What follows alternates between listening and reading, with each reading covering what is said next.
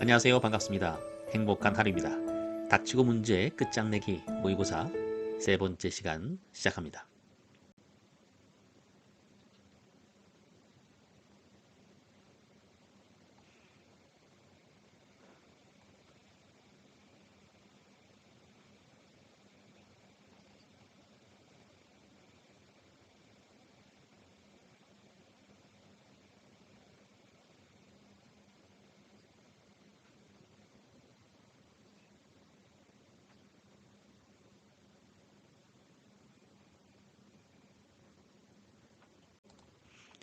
첫 번째 문제이죠. 다음 보기는 화장품 용기와 포장에 관한 사항입니다. 기억과 니은을 적으시오.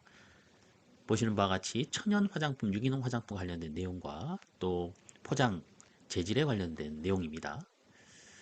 자, 첫 번째 천연 유기농 화장품의 용기와 포장에 폴리염화비닐, PVC, 폴리비닐 클로라이드라고 하죠. 이것과 또 하나 기억을 사용할 수 없다. 그리고 화장품 제조업자는 니은을 사용하여 접합, 라미네이션, 수축 포장, 도포 등 이러한 것을 한 포장재 그것을 사용해서는 아니 된다라고 되어 있죠. 자, 정답을 먼저 보겠습니다. 정답은 기억은 폴리스틸렌 폼, 폴리스타일렌 폼, 그리고 니은은 폴리비닐 클로라이드, PVC, 폴리염화비닐과 같은 말이죠. 이렇게 되어 있습니다. 먼저 천연 화장품, 유기농 화장품은 지금까지 1회부터 4회 시험을 보는 동안 매해마다 한두 문제씩 꼭 출제되는 부분입니다. 이 부분은 시각적 고시로서 천연 화장품 및 유기농 화장품의 기준에 관한 규정, 다음을 잘 살펴보셔야 되는데요. 제1조부터 10조까지 굉장히 상당히 중요한 시험에 나올 만한 내용들이 다 포함되어 있습니다. 용어의 정의부터 유기농 원료, 식물 원료, 동물에서 생산한 원료, 미네랄 원료, 또 관련된 유래 원료에 대한 개념을 반드시 숙지를 하셔야 되고요. 제2장에 나와 있는 기준, 그 중에 사용할 수 있는 원료, 바로 네 가지 천연 원료, 천연 유래 원료, 물, 그리고 기타 별표 3과 별표 4인데요. 이건 허용 합성 원료와 허용 기타 원료로 나누죠. 이 원료가 무엇인지도 같이 파악을 하고 계셔야 되겠죠. 그리고 두 번째 항에 합성 원료 중에 사용할 수 없는 내용이 있죠. 합성 원료는 기본적으로 사용할 수 없죠. 하지만 사용이 가능한 그런 함량, 한도가 설정되어 있습니다. 5% 이내 사용이 가능하고요. 이 중에서도 석유화학 부분은 2%를 초과할 수 없다. 시험에 나온 부분이기도 하죠. 제조 공정 중요한 부분입니다. 매우 간단하고 오염을 일으키지 않아야 된다는 내용, 그리고 원료 고유의 품질을 유지할 수 있어야 된다는 것. 그래서 허용되는 공정이 무엇인지, 금지되는 공정이 무엇인지 별표 5에서 확인을 하셔야 되고요. 거기에 더불어서 금지되는 공정이 어떤 내용들이 있는지, 즉 별표 5에 금지되는 공정을 포함해서 유전자 변형 원료 배합, 니트로스 아민유 배합 생성, 또 1에서 100 나노미터 크기의 물질을 배합하는 것, 그리고 공기산소, 질소, 이산화탄소, 아르곤가스 외의 분사제를 사용하는 것 전부 다 금지된다는 것도 알고 계셔야 되고요. 작업장과 제조 설비의 세척제에 대한 부분 별표 6 참조해서 사용이 가능한 세척제들 확인하셔야 되고요. 그리고 본 문제에 나와 있는 용기와 포장에 사용할 수 없는 그런 포장 재질인 PVC와 또 폴리스틸렌 폼 기억하셔야 합니다. 원료 조성도 시험에 또 나왔던 부분이죠. 천연 화장품, 천연 함량이 전체 95% 이상으로 구성되는 것, 그리고 유기농 화장품은 또 다르죠. 유기농 화장품은 유기농 함량이 전체 제품에서 10% 이상 되어야 하고요. 유기농 함량을 포함한 천연 함량이 전체 제품에서 95% 이상이어야 된다는 거 다 기억하셔야 되고요. 또 천연 및 유기농 함량의 계산 방법에 대한 부분들도 같이 숙지를 하실 필요가 있습니다. 그리고 두 번째 부분에서 폴리비닐 클로라이드 이 부분은요. 약칭 제품 포장 규칙이라고 하는 환경부의 법령사항을 참조를 하셔야 되는데요.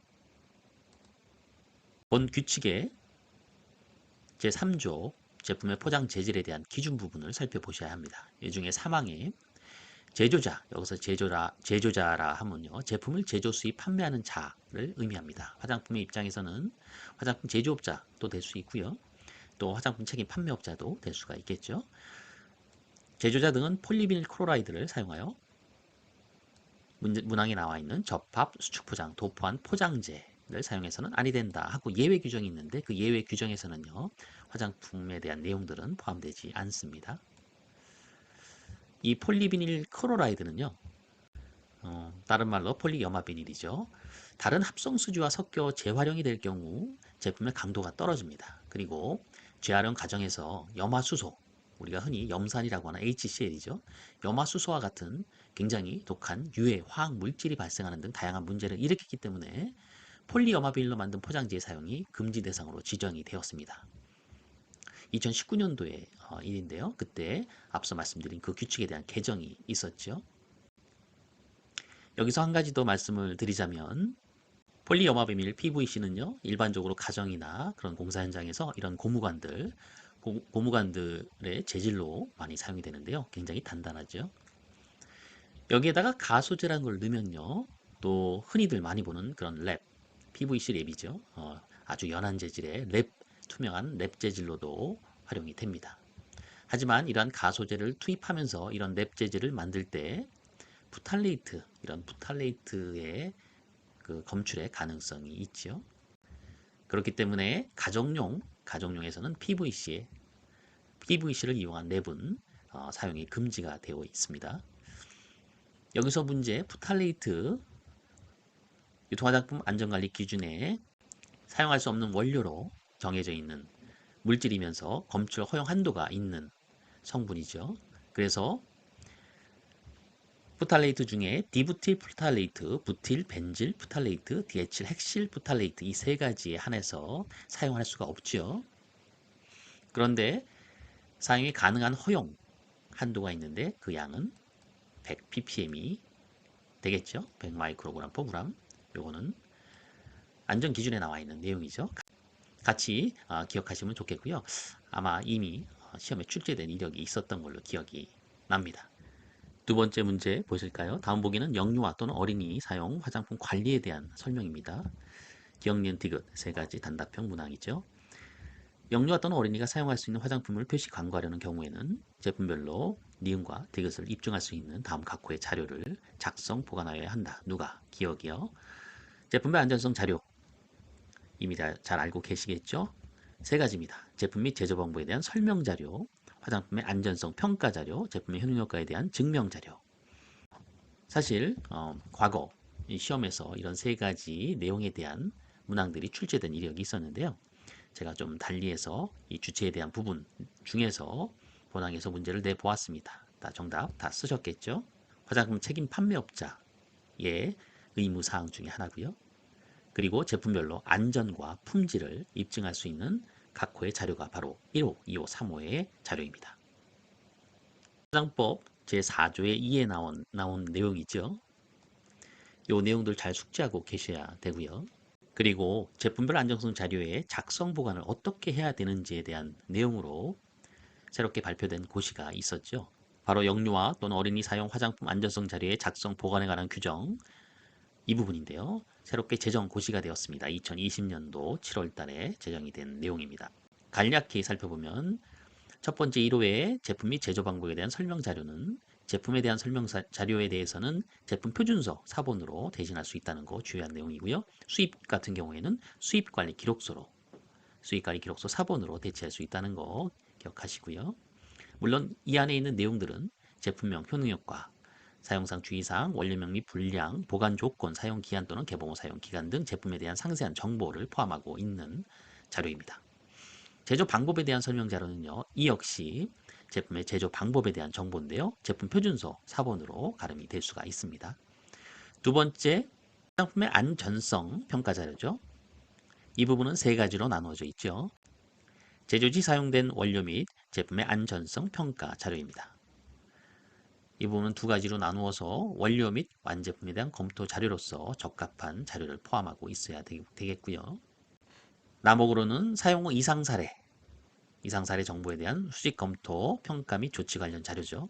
이 부분은 화장품 안전성 정보관리 규정이라서 신속보고, 정기보고를 반드시 해야 되는데 그러한 내용들을 포함한 자료여야 되겠습니다. 세 번째 다목이 제품 안전성 평가 결과인데요.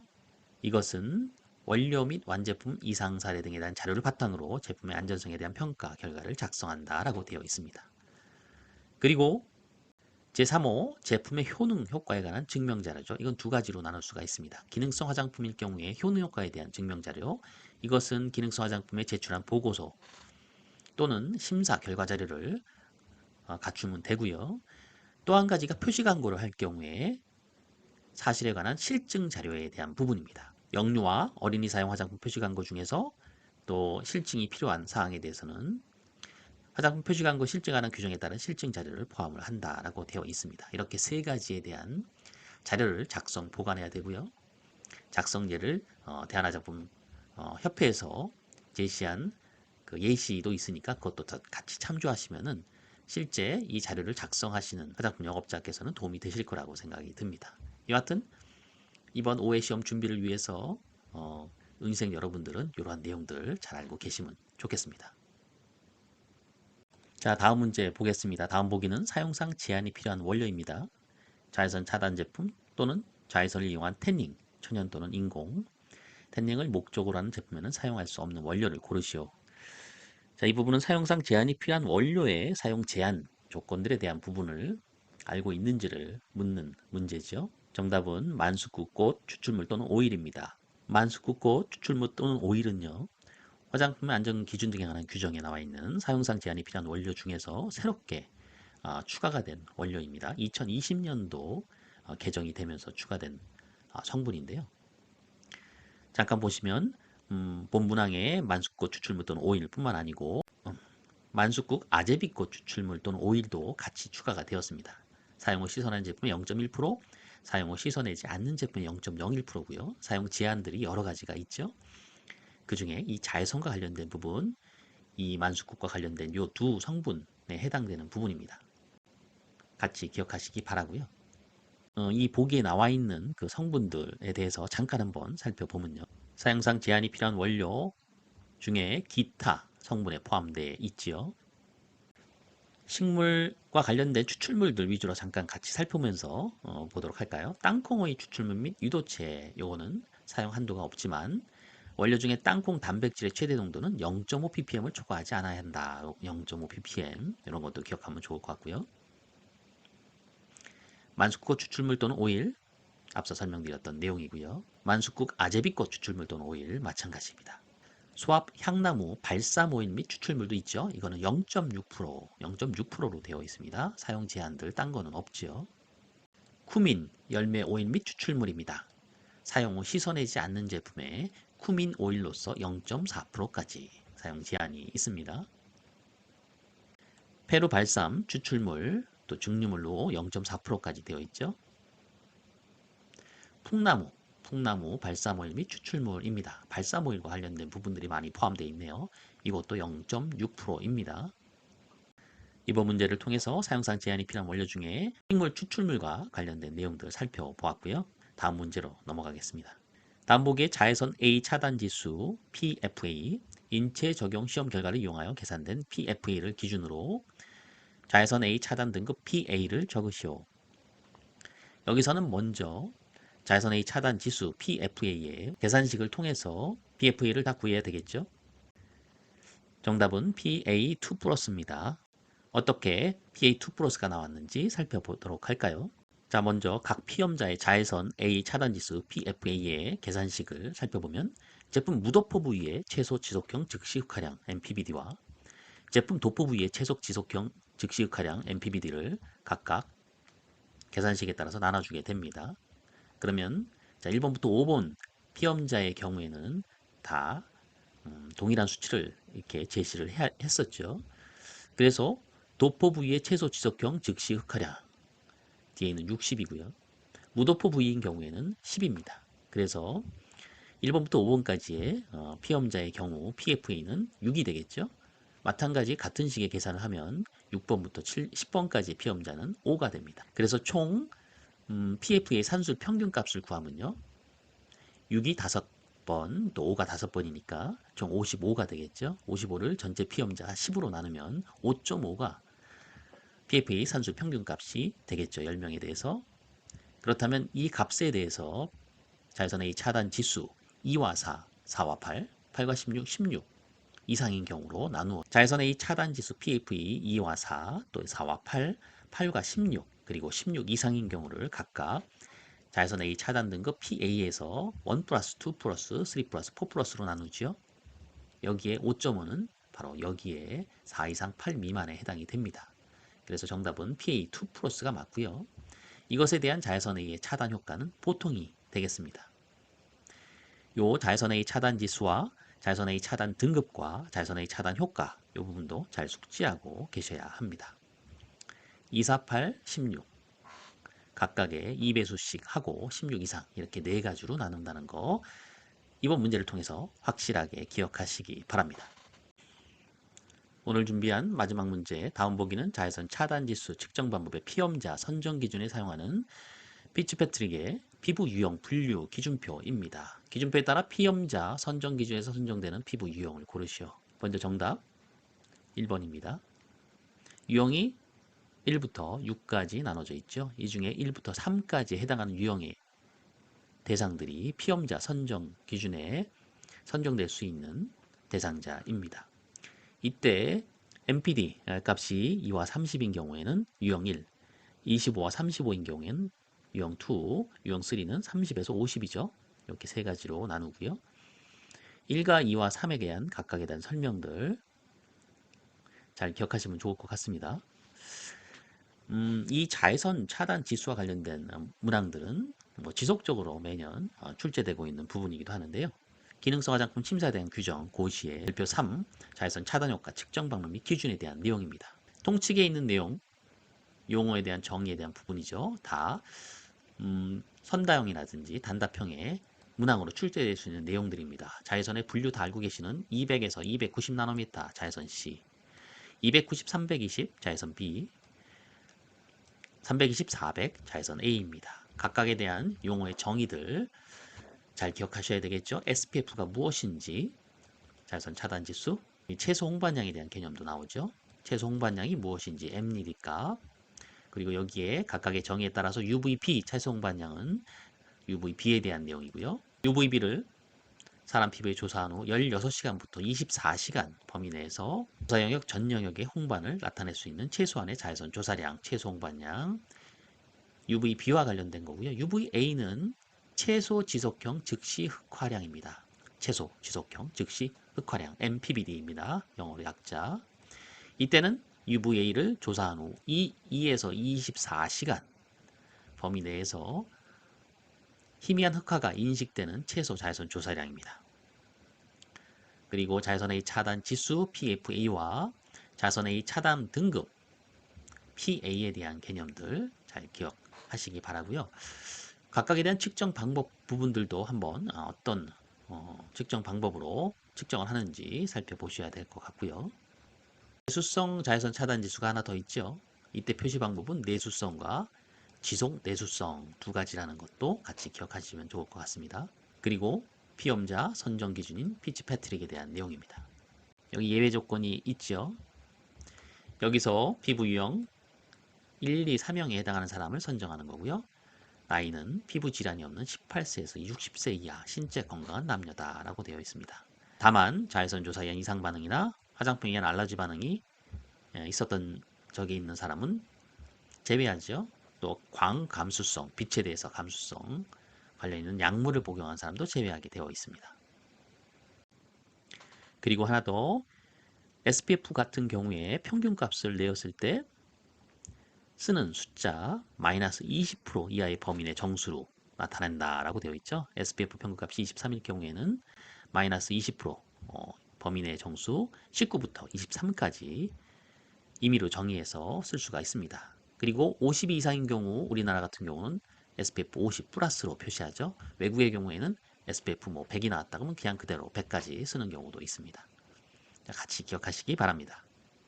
자, 오늘은 천연 화장품과 관련된 화장품 포장과 관련된 부분들, 또 성분에 대한 내용들, 그리고 기능성 화장품 고시와 관련된 내용 중에서 자외선 차단 지수와 관련된 내용들, 이러한 부분들 위주로 한번 살펴보았습니다. 도움이 되셨길 바라고요.